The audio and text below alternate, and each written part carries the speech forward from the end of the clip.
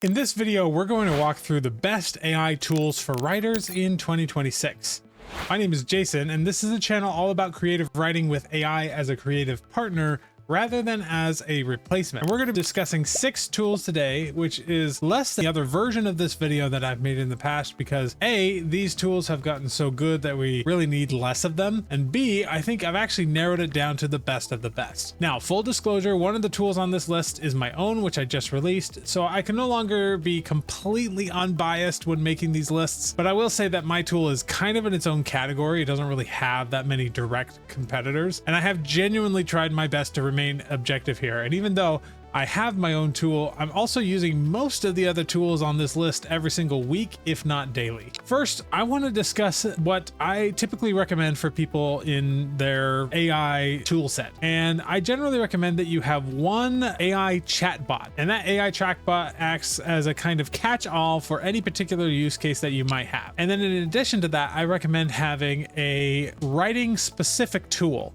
of which there are a couple on this list. And that allows you to have a very specific workflow for the writing process that might be more tailored to that writing process. A chatbot has a very simple interface, meaning it is capable of doing a lot of different things, but it's not really tailored, not really specifically designed for any one of those things. It's just meant to be one simple interface for everything. And it's useful to have a AI specific tool that is specific to whatever it is you're doing, whether that is coding or writing. And in this case, we want something that is good for writers. So I have a couple of chatbots on this list, and I have a couple of writing specific tools on this list. So let's dive in first, starting with the chatbots. Now, I actually have 2 chatbots on this list, and I use them both for different things. Now, Claude's chatbot is easily one of the best out there, especially for getting any kind of substantial work done. It's one of the best out there for coding. It's one of the best, and traditionally has been one of the best for writing in general.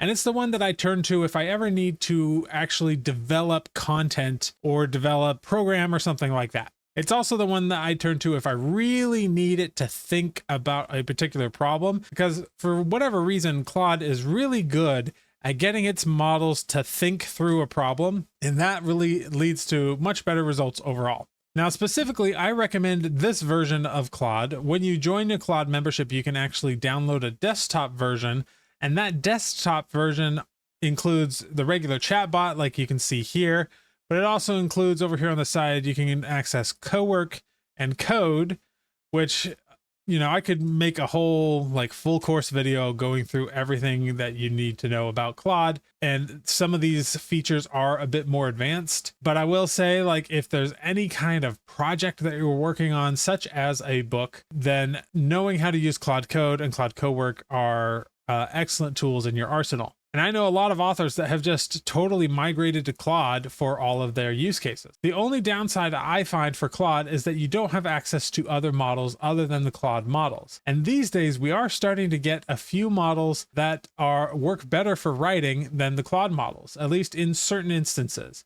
I still find Claude to be one of the best out there, and it's certainly one of the best at thinking through a scene and understanding what would actually make sense for like the structure of the scene. And that leads me to my second chatbot, which is Perplexity. Now, Perplexity I use in a totally different case from Claude, where I use Claude as kind of my workhorse chatbot. I use Perplexity as really more like my personal chatbot. It has become, if I could sum it up in one phrase, it would be as a Google replacement. Perplexity has pretty much replaced Google for me. I use it to ask all kinds of questions. I use it to just have regular conversations if I'm just curious about something, because for one, it's way faster than Claude. Claude can do all of the things that Perplexity can do. Because it takes a whole lot of time in its processing and thinking and stuff, I often find it's just quicker to go to Perplexity when I need a quick answer to a quick question. Additionally, because Claude has pretty strict throttling going on, meaning they will cut you off if you're using it too much, I find that Perplexity has less of that. And so I would rather go to Perplexity to do all of this sort of miscellaneous tasks that I have, or miscellaneous inquiries, and use Claude for anything where I need more substantial AI power. But honestly, both of these chatbots have a lot of the same features, and if you could only have one of them, I would probably pick Claude of the two, but they're both good and they will both work. The only thing that I like better about Perplexity is the fact that we have different models here. So unlike Claude, where you can only use the Claude models, Perplexity allows you to use their own proprietary Sonar models. There's GPT models in here, Gemini models, and even a few additional models like GLM 5.2, Kimi K2.6, and so on. And if you're watching this in the future, you might see others as well. That makes Perplexity a little bit more versatile, in my opinion, which is nice to have that flexibility. But there are some problems with Perplexity. The main one being it's not as good for getting like actual substantial work done, like creating content. And they have certain elements in their terms of service that rub me the wrong way, and that make it so that you probably don't have the commercial rights to use your content. Doesn't mean Perplexity does instead, because they also aren't claiming commercial rights over that content. They just don't want you to be using the content in commercial ways. So it's great for something like a Google replacement, but I would still use Claude if you're planning to do a lot of writing or coding or any of that type of work using AI. All right, let's move on to the third one. Now, this is quite a bit different. This is a program called N8N, and this is an automation tool. There are others out there that are almost as good. Make.com is another of the well-known automation platforms. It's maybe a little bit easier to learn, but I find N8N to be a lot more powerful. And so if you want to get into automations, I recommend N8N. This is an example automation that I made that I use to flesh out characters. So all I have to do is bring in the context of what I want it to look through, and it identifies all of the names of the characters that it needs to flesh out, and then it runs a loop on all of them, going through and fleshing out every single character. And this has done a tremendous job so far at being able to do that. And I even built this into my own tool, which I'll show in a minute. But the advantage to understanding a complex automation platform like this is that you can essentially use it to make your own software. That's essentially all I was doing. I was creating my own mini software tools that were tailored to any particular specific problem that I have. And because the possibilities are endless here, there's a lot of power that you can get with an automation platform. And I strongly recommend you learn an automation platform, whatever that is, because I don't just use these for writing purposes. I actually use this for things like managing email or for helping me write YouTube scripts or different things like that. Not for this channel, but for some other projects that I've tried before. And it can be incredibly effective at just creating a custom workflow for whatever you need it to do, which means it can save you tons of time in your business or in your personal life even, or even at work. You could probably build one of these things at work and get it to do a lot of the things that you would normally do. I even have a member of my community that started really getting into N8N and got a huge promotion at work for some of the systems that he started implementing there. So it's definitely a skill worth having. Now, the biggest problem with N8N, or even pretty much any automation platform, is that there is a fair bit of a learning curve involved in the process, which I do recommend you learn. However, I wanted to create something that was able to have the same power, but was maybe a little bit easier for people to learn. And that is how I ended up developing my very first tool. And that tool is called Story Hacker OS. And what this does is it is essentially a mashup of your typical writing specific AI tool that you would find elsewhere, combined with the power of N8N. And what I've managed to do is create this automation system. So each one of these things that you see here is an automation, moving all the way from creating your first story dossier based on all of your ideas that you're just dumping, all the way over to creating the actual chapters, the actual prose of your book. And we're working on adding more in here, like some editing features, a way to build a series, and a lot more. But the main thing that really sets this tool apart from others is that it has A, these automations, which are a big part of it, but B, I've actually created a whole bunch of templates.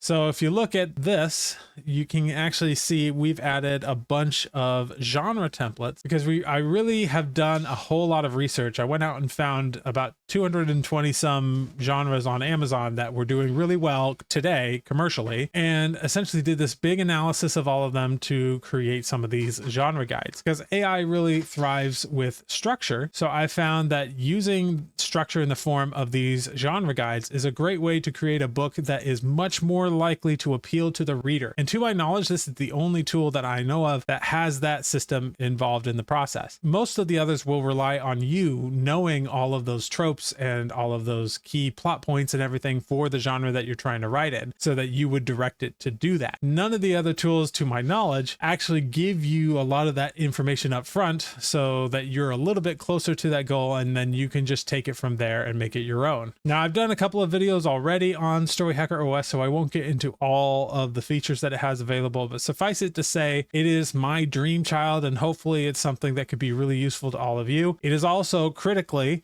a part of my Story Hacker membership, and it is not a separate product in addition to that membership. So in addition to the tool, you also get a bunch of courses. You get regular access to me, because I'm not interested in just making something that anybody can access. I'm interested in making something that the right people who are willing to invest in themselves, including in the education, and going through that transformative arc from, you know, someone who never have written a book before to actually having a book selling business. Those are the kind of people I want in here. So if that sounds interesting to you, if that sounds like you can check out the link in the description below. If not, I do have another alternative. This is not really a perfect competitor to what I've built, but a lot of people might see it that way. And if you're not interested in the whole membership and the educational aspect of Story Hacker, then I would strongly recommend this one, Novel Crafter. Novel Crafter is perhaps the writing specific tool with the most freedom. If you are the kind of nitpicky person who wants to micromanage the AI all along the way and really has a very clear vision that you want to help guide, then Novel Crafter is the one that you definitely want to look at. One of the key things about Novel Crafter is that it allows you to build up a extensive codex. So all of your character, location, all of that kind of information, it's stored in the tool right here. There's lots that you can do in Novel Crafter. It's definitely one of my favorite tools overall, but it does have a learning curve, and it is complicated, and you can suffer a little bit from blank page syndrome because there's not a whole lot of guidance to get you started. That's kind of what I was trying to solve with my own tool. But if you, like I said, if you're not into what I created, this would be the next best alternative, in my opinion. And I think it's still one that I am very comfortable promoting because it is an incredibly powerful tool. It also has some features that I don't actually have in my membership, like collaboration with other people, like being able to work on the same project with another person, like a co-writer. So that is something that maybe we can add in the future, but that's something that you can get in Novel Crafter that you can't get in mind. So that is Novel Crafter. It is definitely a good one to check out. And by the way, there are links to all of these below, some of them affiliate, some not. There's one more tool that I want to show off for you today that is not so much a writing specific tool as it is an editing specific tool, and that is Autocrit. Autocrit is by far my favorite editing tool out there. Like, it's not even close. I use this more than Pro Writing Aid. I use it more than Grammarly, because it's really tailored for writers of fiction and nonfiction,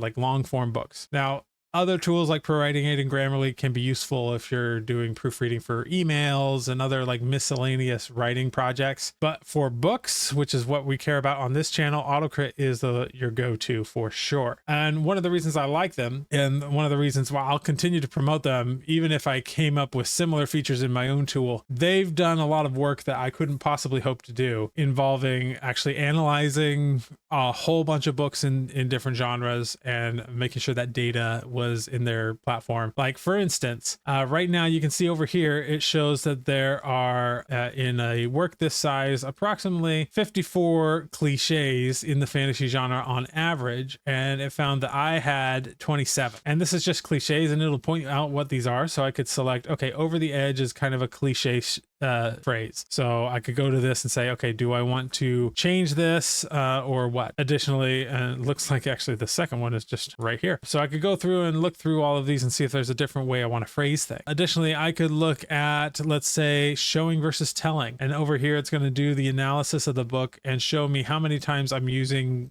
common telling phrases that could be indicators that I want to use more showing language. And it'll do so by comparing it to how many of those things appear in my genre. You can pick whatever genre you have. So you can see my count is pretty good compared to the fantasy overall. So I would say this is okay where I'm at right here. But in addition to features like this, there are some AI features as well. And my favorite is the alpha and beta reader feature, where I can select a ideal reader. Let's just say we've got fantasy reader, harsh critic, science fiction reader. Since this is not a science fiction book, it would be a bad idea to select the science fiction reader. And I'll bet if I did, they would come back very dissatisfied. But I'm just going to select the harsh critic, and we'll go ahead and start reading. And this will take a little while, but eventually it'll kind of go through the whole book and identify what are some things that I could improve from a beta reader type standpoint. So this AI will take on the persona of a beta reader. And, you know, that might sound like, oh, what, can't I just do that in Claude? But when you actually look at the results,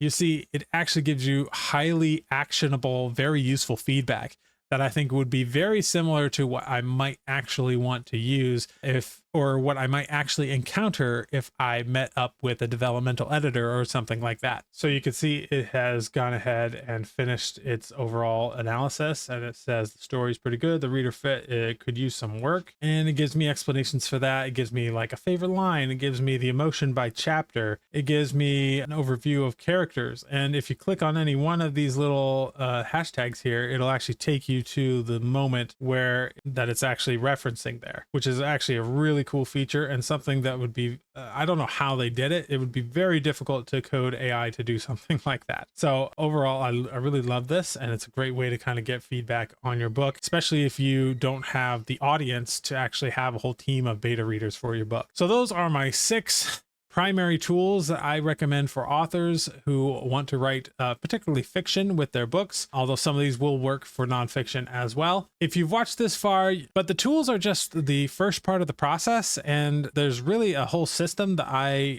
have developed myself on how to go from 0 to your book in hand, having published it on Amazon or wherever you want to publish it. And to go over that entire process, I have a whole full course video that goes over the whole thing, which you can check out right here. So go check that out, and I will see you in the next video.